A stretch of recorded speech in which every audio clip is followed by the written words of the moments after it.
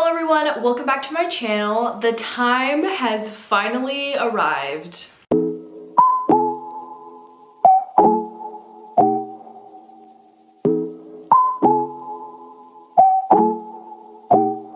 So this is a video I've been waiting all year to film. Ever since it hit January, I'm like, when is it May? When is it going to be my birthday month, but also AAPI Heritage Month? Happy May 1st. It is AAPI Heritage Month, Asian American and Pacific Islander American Heritage Month.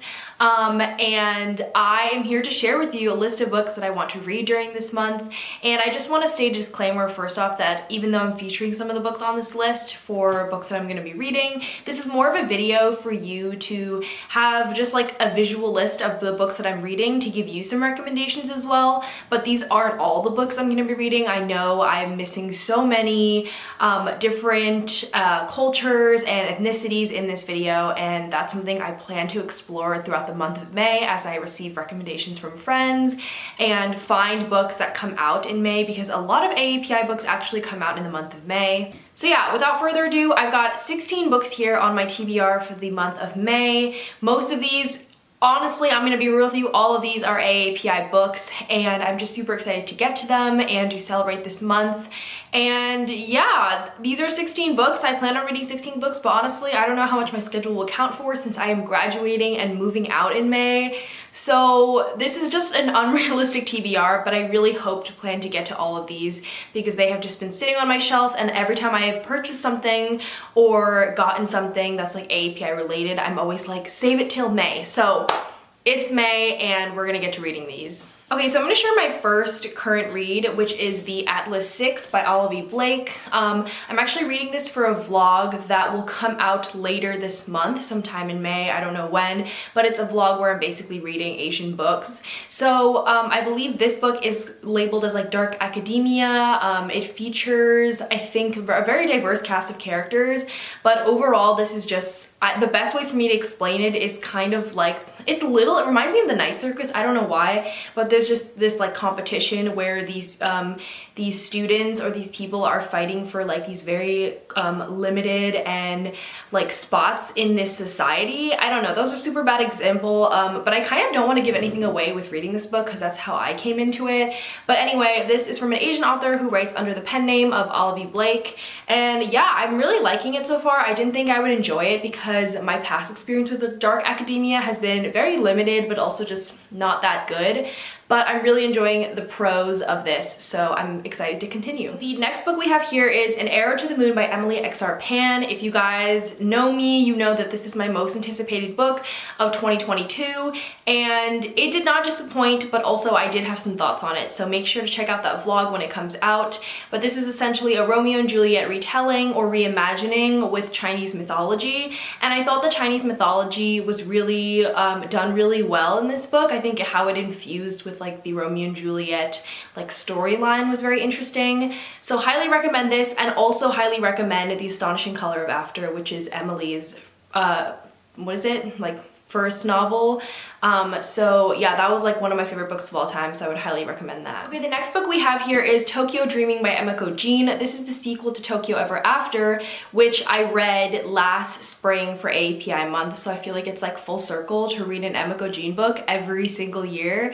I would definitely recommend Tokyo Ever After if you're looking for a really fast-paced book that's really easy to read, very fun, but also very culturally like immersive. It really takes you into the culture of like Japanese royalty. It's super good. I love the culture, love the language, love the food that was in that book, and the fashion as well. So I think it's a great book to read during AAPI month, especially if you're learning more about Japanese heritage. Okay, the next book we have here is one that I've been holding off for so long. I just don't know the right time to read this, but I don't think there ever will be like a right time to read this book, and it is Crying in hmart by Michelle Zenner, who is in Japanese Breakfast, and I have just been waiting to read this one. I really want to read it this month, I think especially because it has so much importance to like my own life and resonance with my own story. I grew up going to H Mart with my grandma who passed away last spring, so I've been waiting to read this. I could not read it last spring, it was still very fresh, but I think this is the perfect time to read this now, and I would highly recommend picking up this book as well. Just be aware of the content warnings that I will leave somewhere on the screen. The next book I have here is Speak Okinawa by Elizabeth Mikibrina. I want to read so many memoirs this month for AAPI month because I just feel like there are so many rich stories a part of that group of AAPI. So this is Speak Okinawa, and I don't know much about this, but I received this in like a huge box of like memoirs. It comes with like, there was like other books a part of it. So I'm excited to get to this because I didn't get to it last year during AAPI month. Where every time I feature this book in a video, I say I'm gonna read it and then I don't read it. But I'm actually going to read Jade City by Fonda. I actually don't think I'll have time to read the entire series, which I believe is out right now. But if you're looking for a fantasy series with kung fu and gangster, it's like based on classic Hong Kong gangster films, and there's like magic and it's fantasy and it's an epic drama, I would highly recommend picking up this book. I've just heard so many great things. I don't think I've ever heard anything bad about this book, and that's just like a good sign in my book. So yeah, I'm excited to read this. I'm a little bit like anxious only just because I feel like it's going to be another episode of the Poppy War, which I liked, but I didn't like enough to like finish the entire series. And I want to be a Jade City stan, but I just don't know if I'm into like trilogies anymore, like fantasy trilogy series. So the next book we have here is actually from an author I just showed, but it is Mika in Real Life by Emiko Jean. This is a really interesting book, and the publisher sent this to me, and I didn't know Emiko Jean was coming out with another book other than her young adult series, but this features a protagonist that's a little older. I believe she's in her mid-30s, and her life changes when she receives a phone call from her long-lost daughter who she put up for adoption like 16 years ago. So that is basically the premise of this story. I'm excited to explore a book with an older protagonist. I think I've really enjoyed the ones that I read. I think the one that comes to mind is The Vanishing Half, with protagonists who are a little bit older than like the young adult category. And I love that book. So I'm excited to read like a more mature story based on like adulthood, and like, you know, I think especially with this one, which talks about adoption. So yeah, I didn't know if this was on your radar, but I would definitely put this on your radar if you're interested in those stories about reconnection and love and relationships. And I believe this one comes out in August, so it's not going to come out this month, but I will definitely give it a read and let you know what I think. Next book we have here is The One Where the Ones Were Meant to Find by Joan. I was supposed to get to this last year as well, did not get to it, but ultimately it has been on my radar ever since. It was the hype, honestly, of last spring. I feel like everyone was talking about this book, and everyone was talking about how it was like a silent gem, how it wasn't really picked up by like mainstream media, but it's like really good, and it includes like sci-fi and STEM and sisterhood, and this cover has just, it casually gets me going every time I look at it. So you can bet that I am very excited to read this one. The next book I have is Things We Lost to the Water by Eric Nguyen. This is a fiction book. I thought it was a memoir just because it looks very memoir-y, but this is a fiction book about an immigrant Vietnamese family that settles in New Orleans. Don't know much other than that, to be honest. I've heard some really critically acclaimed, like, good things about this one though, so I know it's gonna be a hidden gem. I know I'm gonna love it. I've been reading a lot of these stories, these types of like historical fiction, like immigrant family stories lately, and I've been absolutely loving it, so high hopes for this one. The next book I have here is so exciting. Source Books sent this to me, and it is Monsters Born and Made by Tanvi, Berwah, and this one comes out in September of this year, and it looks absolutely stunning. This is supposed to be like a South Asian inspired fantasy debut with monsters, and there's like race, like a glory race, something of the sort. I didn't want to read too much into it because I'm just so excited, and I feel like with fantasy, especially very immersive and cultural fantasy, I don't want to read too much about it because I kind of want the story to suck me in itself. But I would definitely put this on your radar if you haven't already. This is supposed to be one of the biggest books, honestly, I think.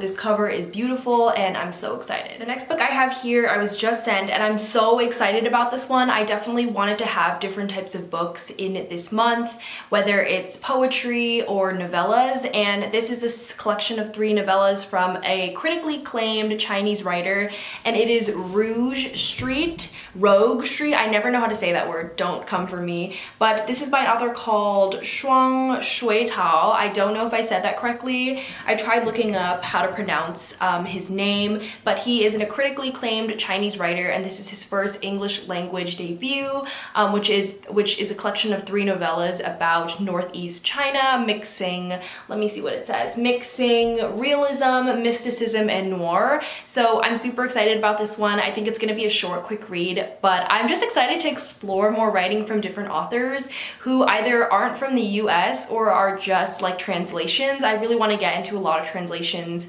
in the rest of the year. I'm also planning on reading Debating Darcy by Sayantani Dasgupta, and this is a Pride and Prejudice retelling, a South Asian Pride and Prejudice retelling.